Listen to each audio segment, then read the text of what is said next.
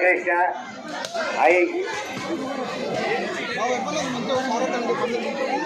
I news reporter, Krishna.